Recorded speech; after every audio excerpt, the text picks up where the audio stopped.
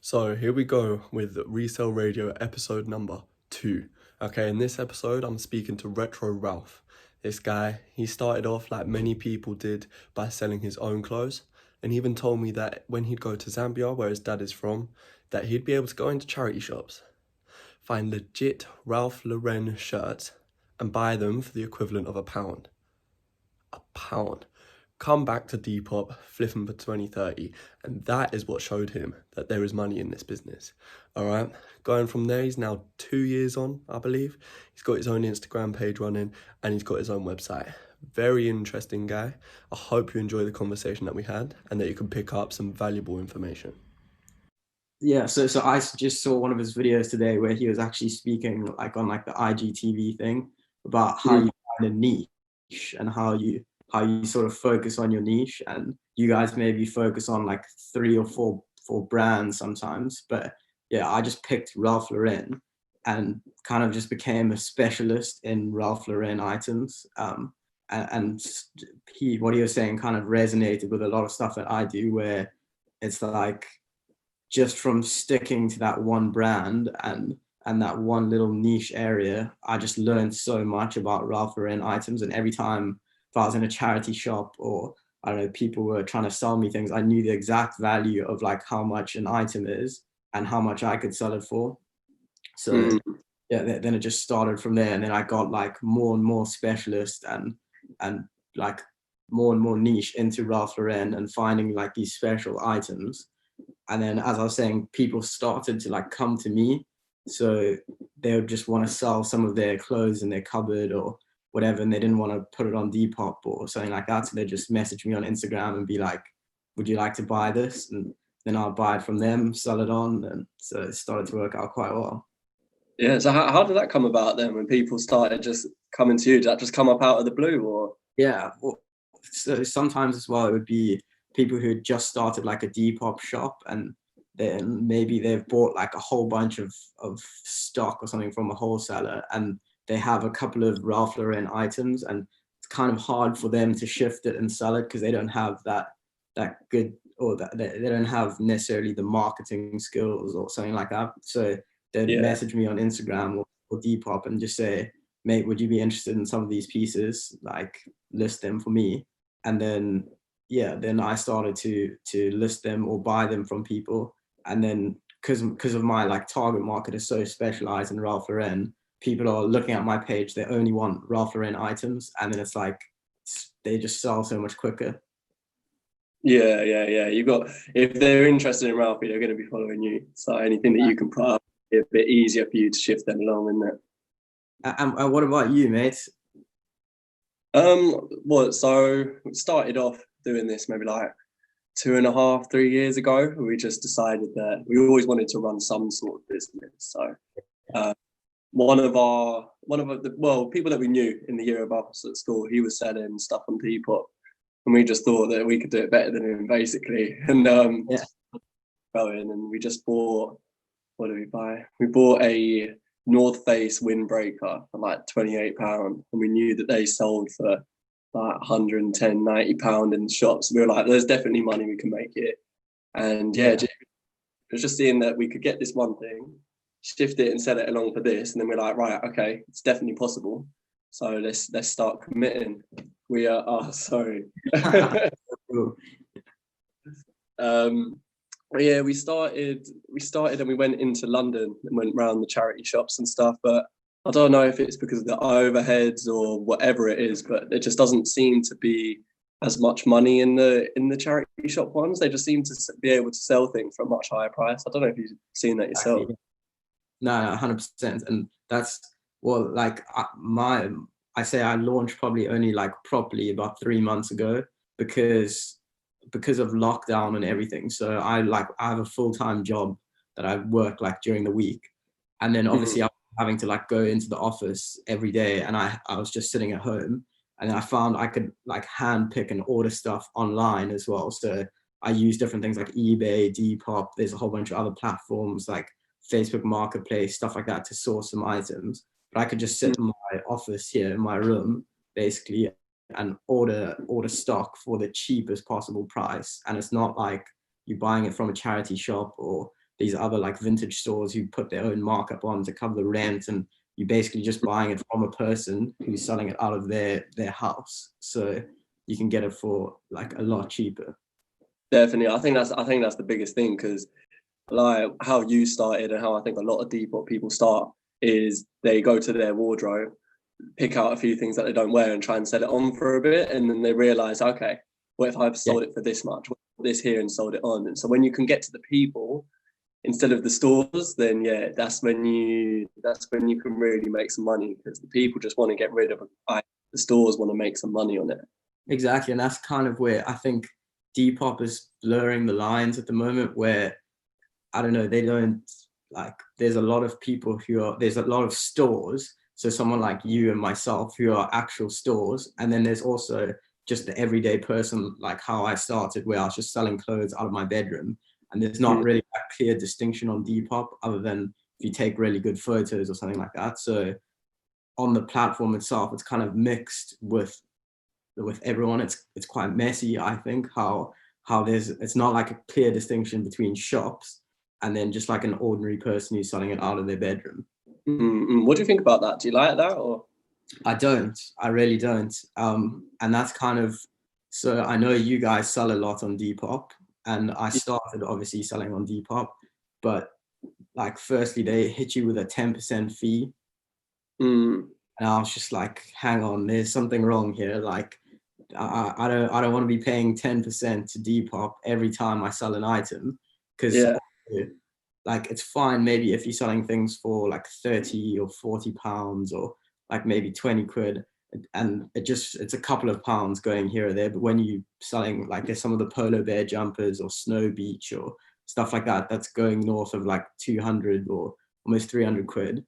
And then when you're saying goodbye to 30 pounds and 20 pounds in like just a fee that disappears, that's when I was like, no, I don't really want to be focusing on Depop.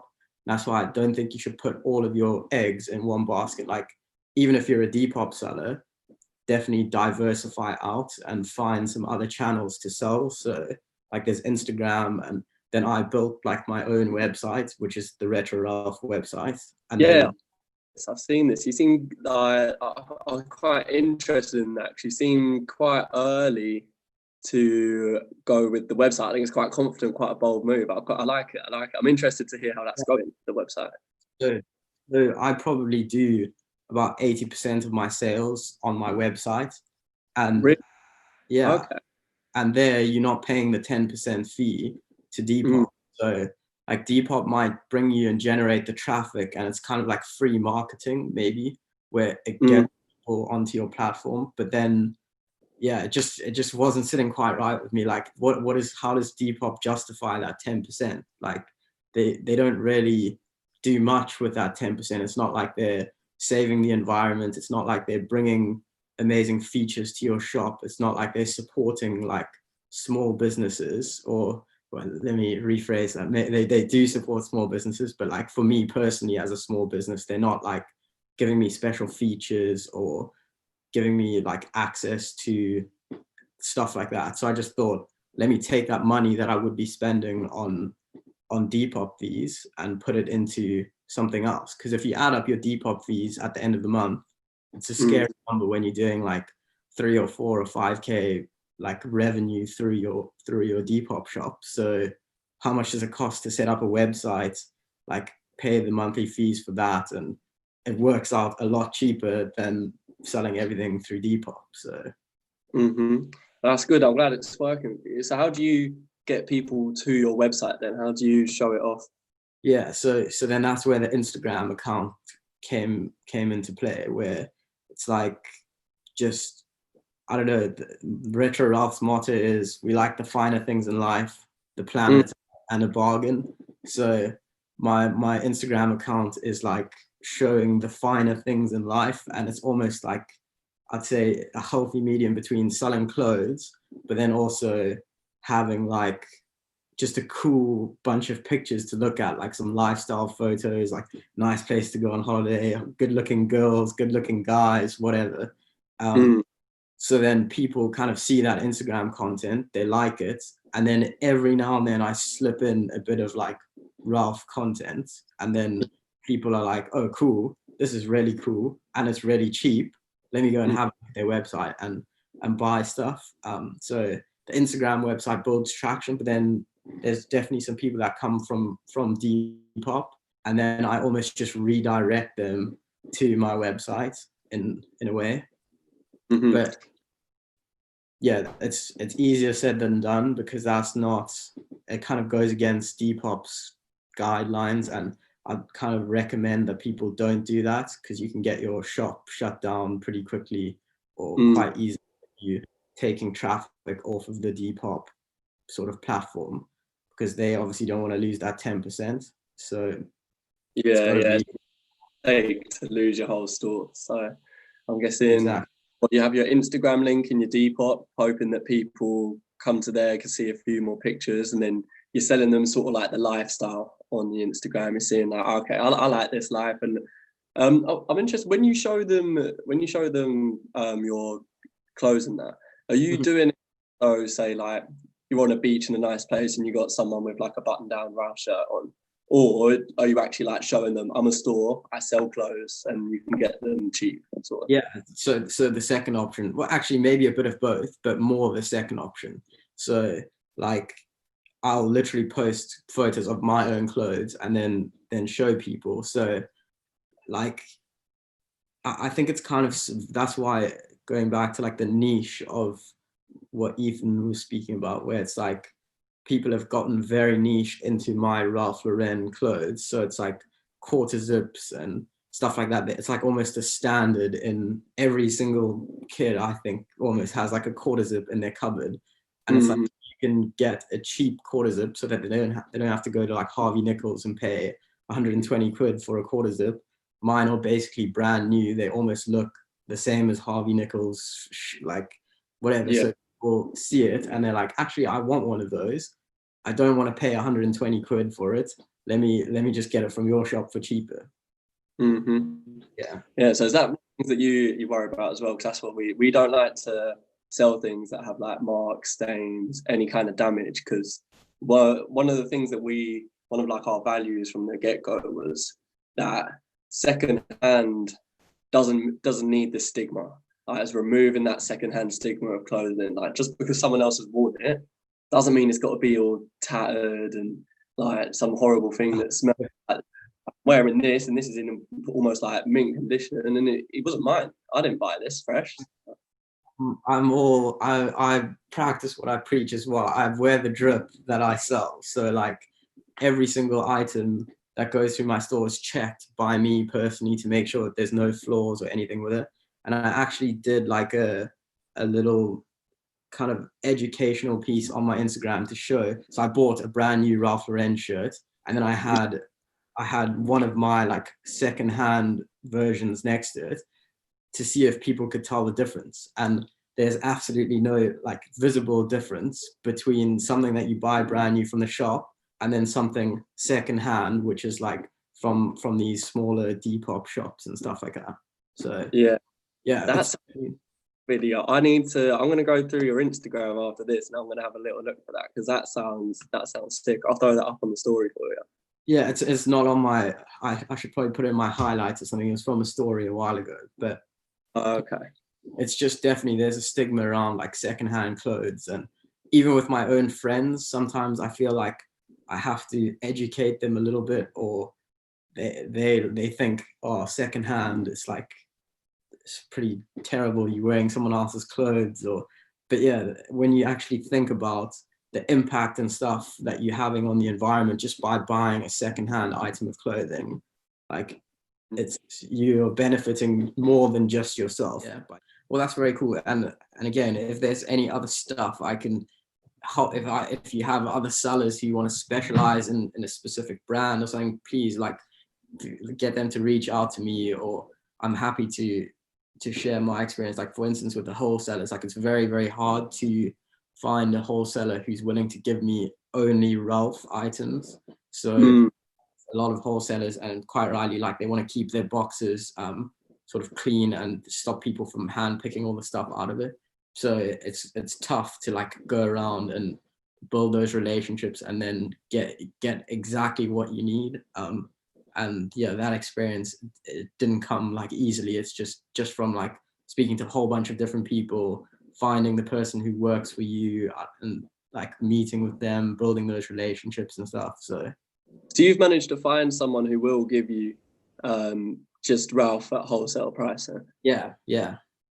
So I have a few. I have like a couple of wholesalers who I don't want to say they cherry pick, but then they have their normal wholesale items, and then I'm willing to pay a little bit extra than their normal wholesale price, because I know I can get a little bit extra than the ordinary person. And that's weird. Like I find wholesale bits and lots and stuff that come up, and people who are selling like 40 Ralph Lauren shirts out of their cupboard or something like that, and yeah, little bits find you here and there. Yeah. So the wholesalers, that just came from like speaking to them directly and trying to build the relationship, and that's how you ended up getting there, was it? And yeah, as I said, then some like wholesalers were starting out. So about like 3 months ago, just when I started, they were also just starting as a wholesaler, and then I built some relationships with them. And then they were happy to keep like supplying my wholesale side of things with just Ralph. And then I've grown a little bit with them, and they know they can consistently sell me like a wholesale box or whatever. Yeah. So has the relationship built from there? So you managed to get to a point where they'll sort of handpick for you. I don't know what to call it really, but they'll sort of handpick for you or put things to the side for you. Do you then get like better prices or anything now, like from when you go into them? Yeah, well, I don't want to say like special treatment, but it is basically that. Like they can trust me that I'm going to take a good order. I'm not going to mess them around. Like, and then they trust me, and then I know, and I'll trust them to put together a good order for me. And I've even sold them some like Ralph Lauren items, like some special like Polo Beach things, or like a stadium like shirt. So I gave them a good deal on that, and they were like, okay, cool, this guy's a good bloke, let's give him a good deal.